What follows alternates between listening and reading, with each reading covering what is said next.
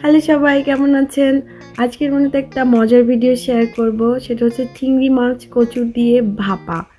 তো এটার পিছনে একটা গল্প আছে। গল্পটা হচ্ছে আমি মুখী কচু যেটা, ওই কচুটাকে আমি লাগিয়েছিলাম আমার বাগানে 4টা। তো ওইটা থেকে আমার কচু শাক হয়েছে, আজকে ওটা কেটে এনেছি।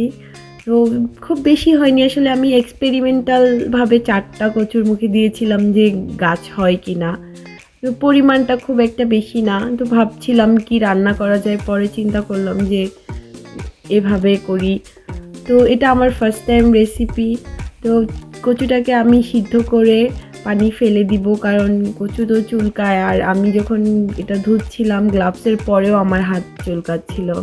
তো এটার সাথে আমি সরিষাটাকে একটু ভিজিয়ে রেখে কাঁচামরিচ, লবণ আর নারকেল দিয়ে ব্লেন্ড করে নিব। আসলে আমাদের তো ফ্রেশ নারকেল নাই, ফ্রোজেন ইউজ করতে হয়। তো সব কিছু একসাথে ব্লেন্ড করে আমি চিংড়ি মাছটার সাথে কিছুক্ষণ ম্যারিনেট করে রাখবো, যাতে চিংড়ির মধ্যে ফ্লেভারটা যায়। আর সাথে দিয়ে দিব হচ্ছে সরিষার তেল। আর এটাতে আর তেমন কোনো মশলা লাগে না। আমি আরেকটু সাথে দিয়েছি হলুদ আর অল্প একটু মরিচের গুঁড়া, যেহেতু কাঁচামরিচ অলরেডি আছে। আর একটু লেবুর রস দিব, কারণ গলাটা যদি চুলকায়, আমার হাতটা অনেক চুলকাচ্ছিল এটার জন্য। তো এই তো সব কিছুকে মিক্স করে আমি যেই বাটিতে পুডিং বসাই ওরকম একটা বাটি নিয়ে বাটির মধ্যে সব চিংড়িটা দিয়ে আমি এটাকে দমে দিব। তো এটার জন্য আমি অলরেডি চুলার মধ্যে পানি গরম বসিয়ে দিয়েছি। আমি জানি না আসলে দমে কচুটা ঠিক কীরকম লাগবে খেতে, খুবই রিস্ক হয়ে গেছে আমার রেসিপি, তারপরও ট্রাই করে দেখলাম।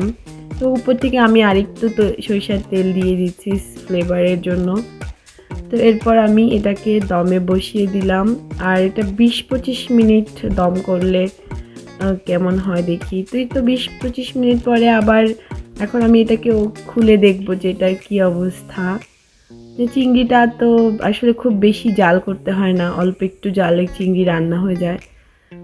টেনশন হচ্ছে কচুটা নিয়ে। তো এই হচ্ছে আমার দমে দেওয়ার পরের এখন খেয়ে দেখলে বোঝা যাবে আসলে এটা কেমন হয়েছে।